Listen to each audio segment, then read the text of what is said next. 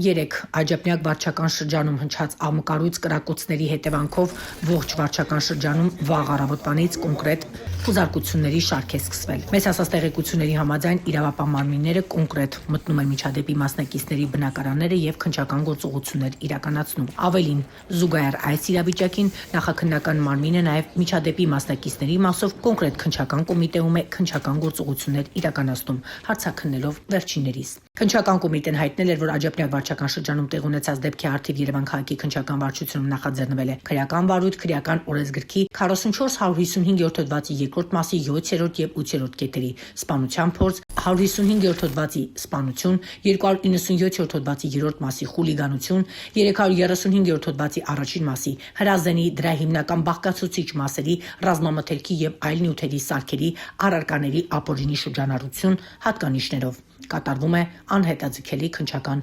գործողություններ։ Հիշեցնենք, դեպքի հետևանքով հիվանդանոց էր տեղափոխվել 7 քաղաքացի, որից մեկը մահացել էր, վերջինս 45-ամյա Արսեն Վարդանյանն էր, որը ռեստորանում էր երգում։ Հիվանդանոցից ամնուլրատվականին այսօր կրակոցների հետևանքում վիրավորում ստացած անձանց մասով հայտնեցին, որ վերջիններս վիրահատվել են, նրանց կյանքին այս պահին վտանգ չի սպառվում։ Հետևեք ամնուլրատվականին, առաջիկայում դեպքի մասին եւս այլ մանրամասներ ձեզ կներկայացնենք։